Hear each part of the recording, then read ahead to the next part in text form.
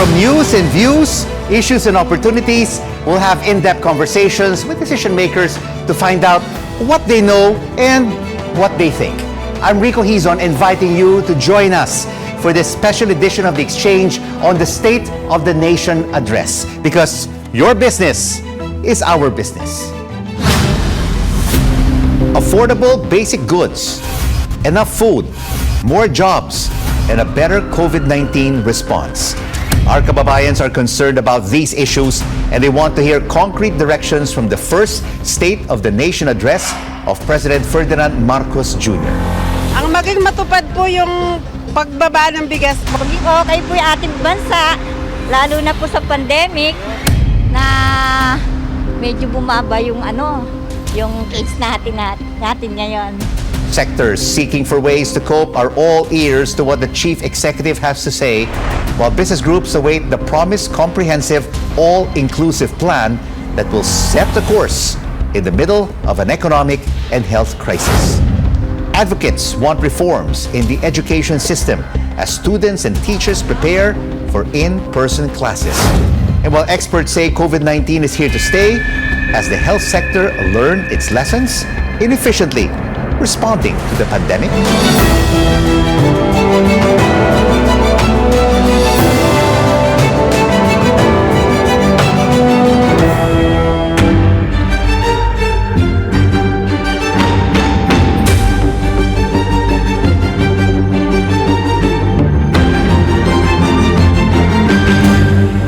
3 weeks into office, President Ferdinand Marcos Jr. and his economic team have yet to reveal concrete plans for the economy, grappling with supply shortages and high consumer prices.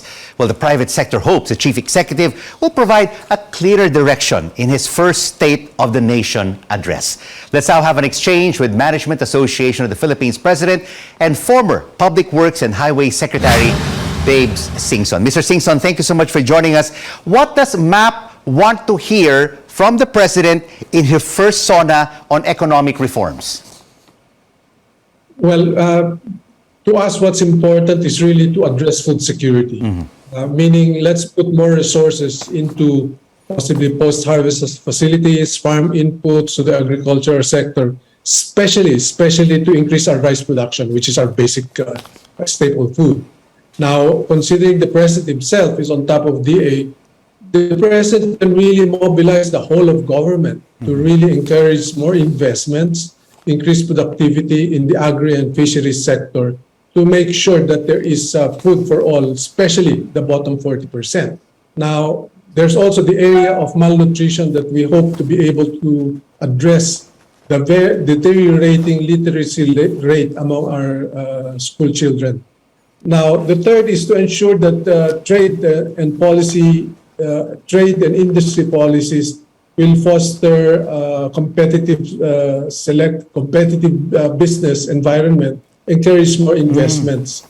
Of course, we want to reduce red tape, especially, let me emphasize, on the micro and small enterprises that should be able to thrive without too much harassment. These are daunting challenges that you have mentioned, Mr. Singson: food security, malnutrition, trade and industry, improving the ease of doing business. When do you think, and for how long, will you give the President to be able to come up with solutions for these top issues? I've heard about reviving or a new version of Masagana 150. That's fine. I think that we should be able to see increased production in rice. What about for malnutrition and for the ease of doing business? How soon should this be implemented? And should it be attained within, let's say, the next year or the next 2 or 3 years of his presidency? You know, malnutrition is direct feeding to the school children. I'm worried, we're really worried about the malnutrition among the preschoolers and the elementary, because otherwise we will see our school children either stunted in growth, very low literacy, and you can imagine the next decade of students and graduates that we will have. The ease of doing business is still a problem in every administration. I mean, when can we cut the number of days for investors to set up a business here in the country? For example, Singapore, it just takes a day to set up a business. When can we be like a Singapore? Well, what's important there is to make sure that we have better digital connectivity and the internet connectivity so that we reduce the friction cost. To me, it's not just the ease of doing business, but the cost of going into business.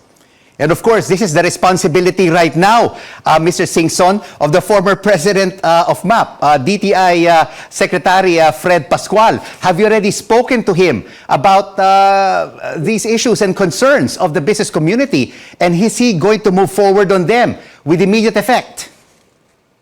Yes, he already defined his priorities, and among his priorities would be to address the small and medium enterprises, because really that's where a lot of unemployment occurs. And also in the agricultural sector, you really need to improve productivity and employment opportunities. And that's why one of our recommendations is to start really lifting the land restrictions so that we will encourage more investments. Let's not have this 1.5 hectare and expect high productivity or mechanization. We cannot expect that. Do you think, Mr. Singson, land ownership. Do you think, Mr. Singson, the political will is there to be able to pursue these items on your wish list? Well, it's there. The political will is another matter. That's not our call. It's really the call of the president. And I think the sooner he gives clear directions to the cabinet members, then they will know how to move on, as well as the priority bills that will be taken up in Congress. Because remember, you will need both executive and legislative to work together. And as far as the private sector is concerned, we're ready to support. It is very important that we have good collaboration and partnership between the public sector and the private sector. Well, the political will may be there. We're seeing a supermajority in both houses of Congress who are supporting President Marcos Jr. You're a former Public Works and Highways Secretary, Mr. Singson, during the Aquino administration. And there's been news of China backing out from 3 multi-billion infrastructure projects, basically raising flags about a relationship with China and their commitments to the country. Does this concern you? No, not at all.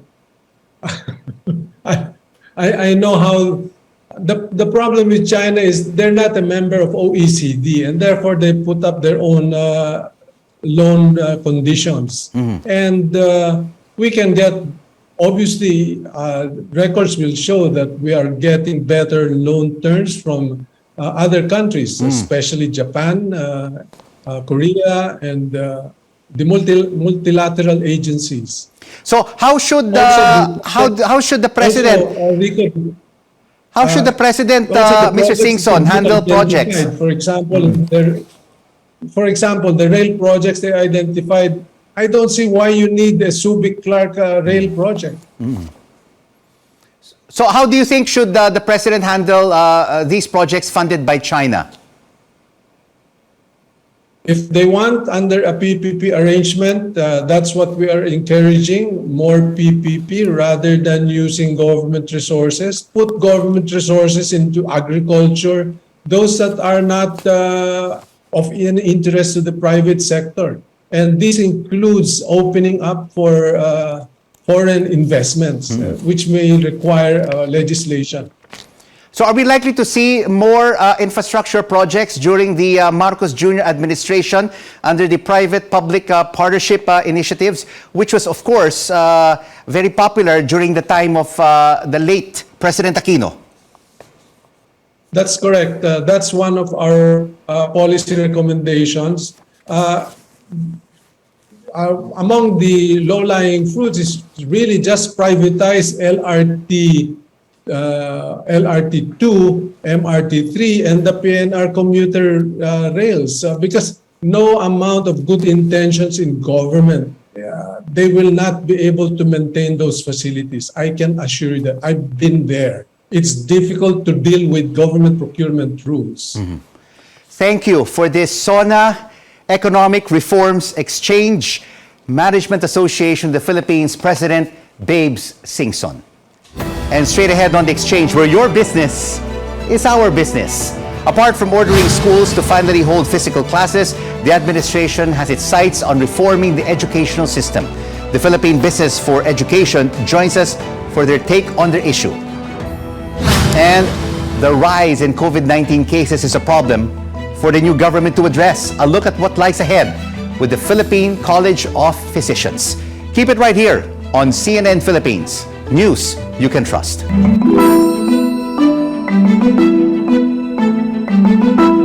Pagbaba ng bigas, no? Yung pagbababa ng bigas, totoo man yun. Tapos, more jobs. Yung mga bilihin na magmumura na po. Yung pinangako niya, baba yung presyo. Yung mga tanggalin, dapat yung mga kurap. Taas ang sahod ng mga Pilipino at bumaba ang mga bilihin po.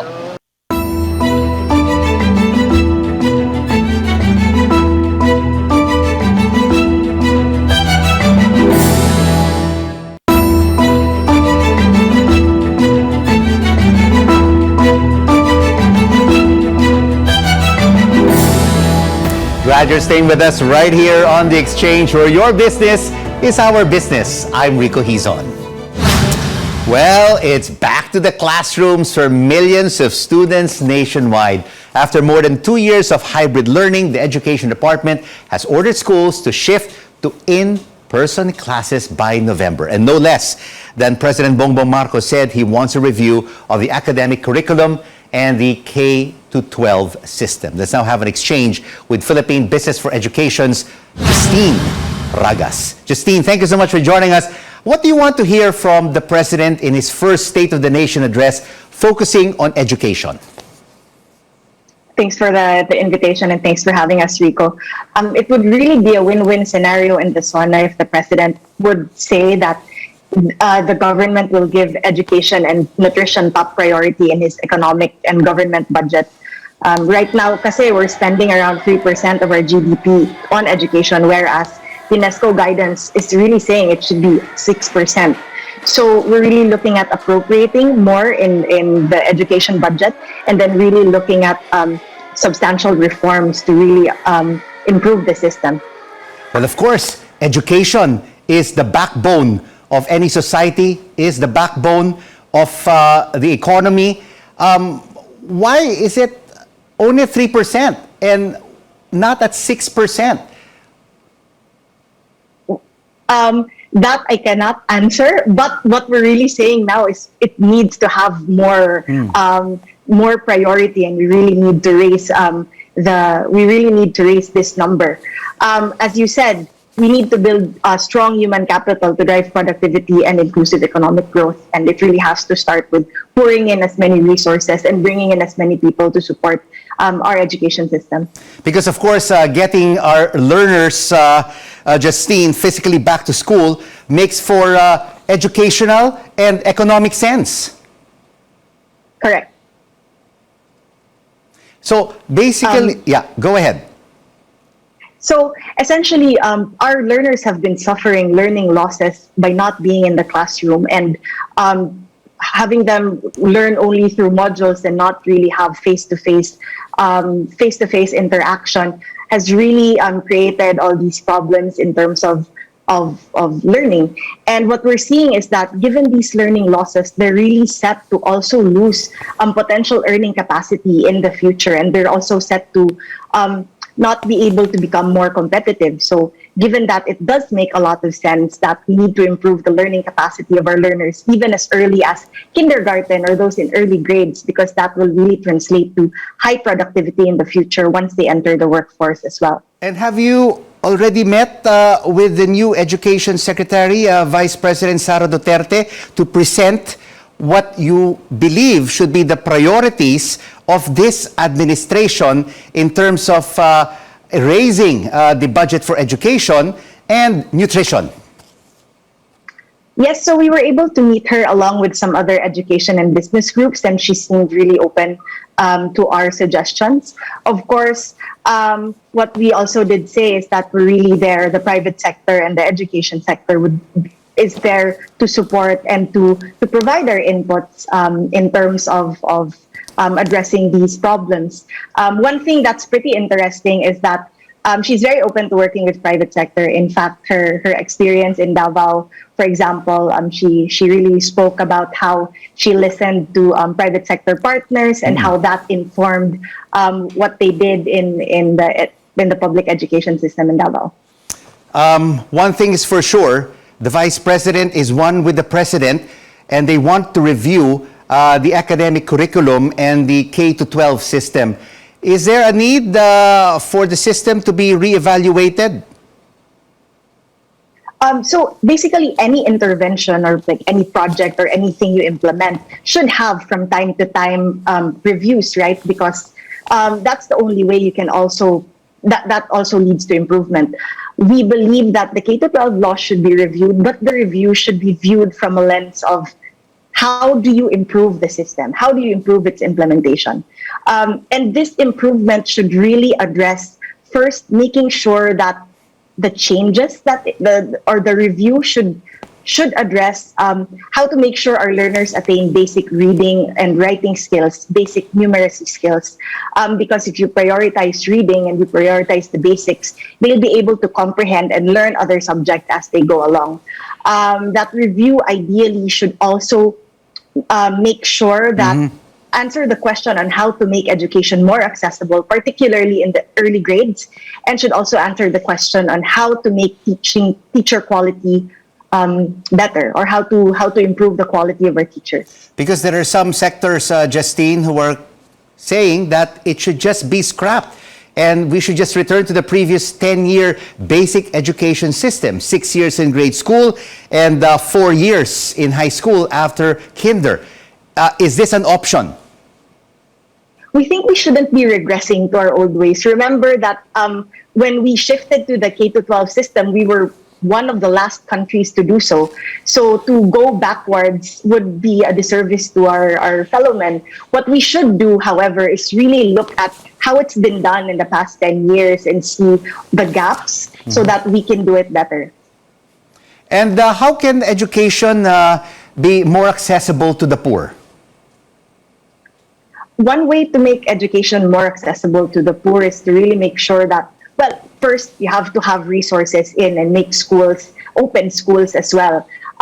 We do laud the pronouncement of DepEd to make to open the classrooms, because when during the pandemic and during school closures, it was really the poorest of the poor that were that suffered the most, because they didn't have access to classrooms, don't have access to internet and connectivity. So even the opening of classrooms, we think, will really help make learning accessible.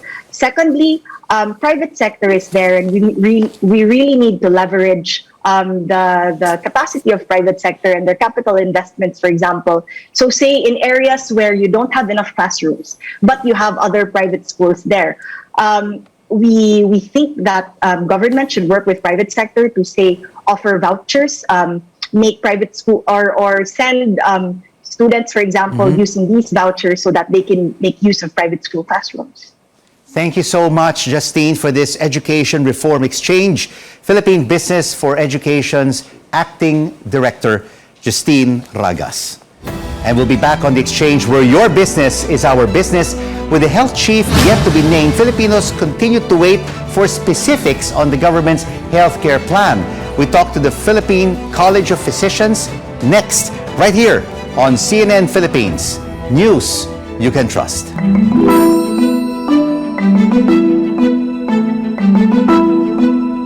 Sana mas madagdagan palalo ng yung sa minimum wage. May sana yung provincial rate sa Manila rate, mapagpantay na sana. Mga sahod na mga empleyado dagdagan para maraming customer namin. Kung anong magagawa niya para sa ekonomiya natin. Sana lahat ng plataforma niyang sinabi niya nung nangangampanya siya magawa niya.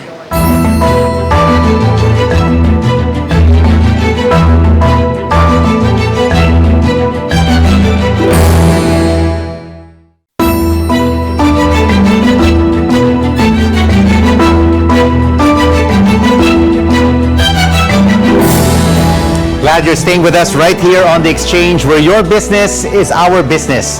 I'm Rico Hizon. It has been more than 2 years since the world was suddenly thrown off course because of the pandemic. But how can the government better adjust to living with this health crisis, especially with the health department saying infections will continue to rise this month? Let's now have an exchange with Philippine College of Physicians President Dr. Diana Alcantara Payawal. Doc, thank you so much for joining us on the program. What do you want to hear from the President in his first SONA on how to tackle COVID and health reforms? I am very much eager to hear the SONA of the President. You know, COVID-19 is, you saw the bad side of it, but there is a window of opportunity for positive health care reforms. And I think I can summarize it in 6 domains. Of course, what you've seen is a change in the failure or a care delivery system. So we need to see how this is done in the level of the community. There was also, you've seen how the care and fragmented care there is. I think this should be addressed. Of course, the administrative efforts of doing a lean strategy.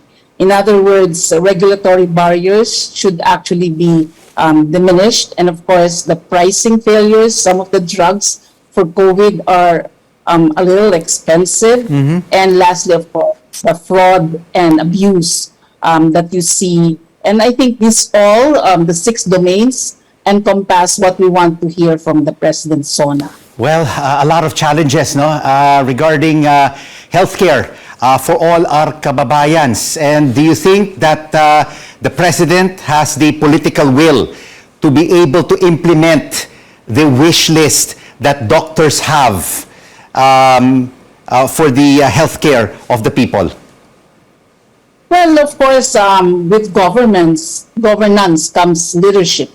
And I think that has been seen that in countries where there is good government or governance structures, they actually were able to be resilient on the pandemic. So I think our president is a formidable one. I think he should be able to lead and the governance of without reflecting, of course, the difference of opinions. What I'd like to see is a capable and effective leader that is actually engaging with scientists, health professions, who took the evidence-informed decision. I think this is a critical part of coming up with evidence-informed decisions, which are fundamental enablers of resilient pandemic response. I think this has been a challenge to us as a local professional group. We have been always lending a hand with our DOH on this aspect. Doc, we have a universal healthcare law. How can this be efficiently implemented? What needs to be done? Well, the universal healthcare law is indeed a challenge of implementation. And I think the President has a lot of, or the DOH has a lot of steps already. We are actually engaging with them on all the, engaging with stakeholders, engaging with identifying the gaps that will be done on this. We have set metrics also, and all organizations now are tasked to come up with their own strategy in addressing the universal healthcare law. Now, the Philippine College of Physicians actually is in the forefront of this. We have already met, and we actually have a new leadership in our form.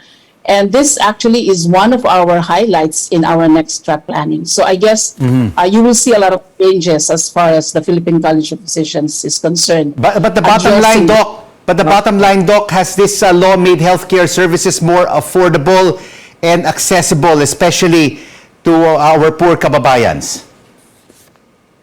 It should be. However, there are a lot of problems on implementation. I think the insurance system of the PhilHealth is already a drawback in a lot of hospitals. There are some debts that have not been paid as far as the 2020. So I think this should be addressed because one of the things that has been a problem with us is maintaining our health professionals in the Philippines.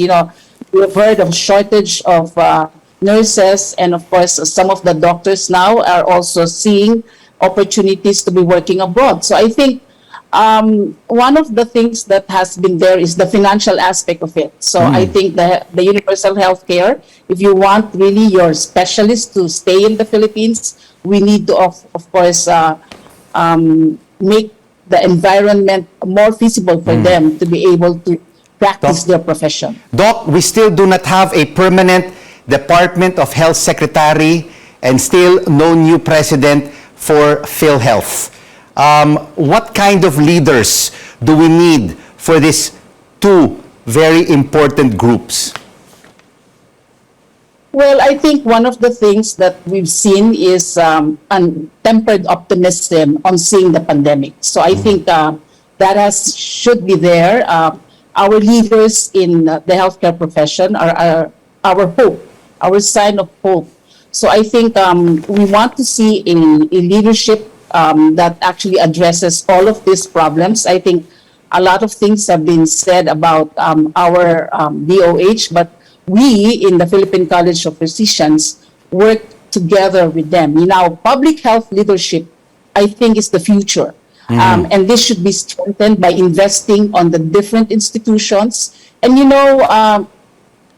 Rico, we are an archipelago. It's so difficult to be manning all of these centers together. So I think there should be healthcare actors along the way who our DOH can actually collaborate with. Thank you so much for this healthcare exchange. Philippine College of Physicians, Diana Alcantara Payawal.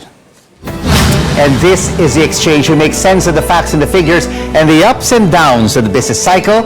I'm Rico Hizon. Thank you so much for investing your time with us for this special edition on the State of the Nation Address, where your business is our business.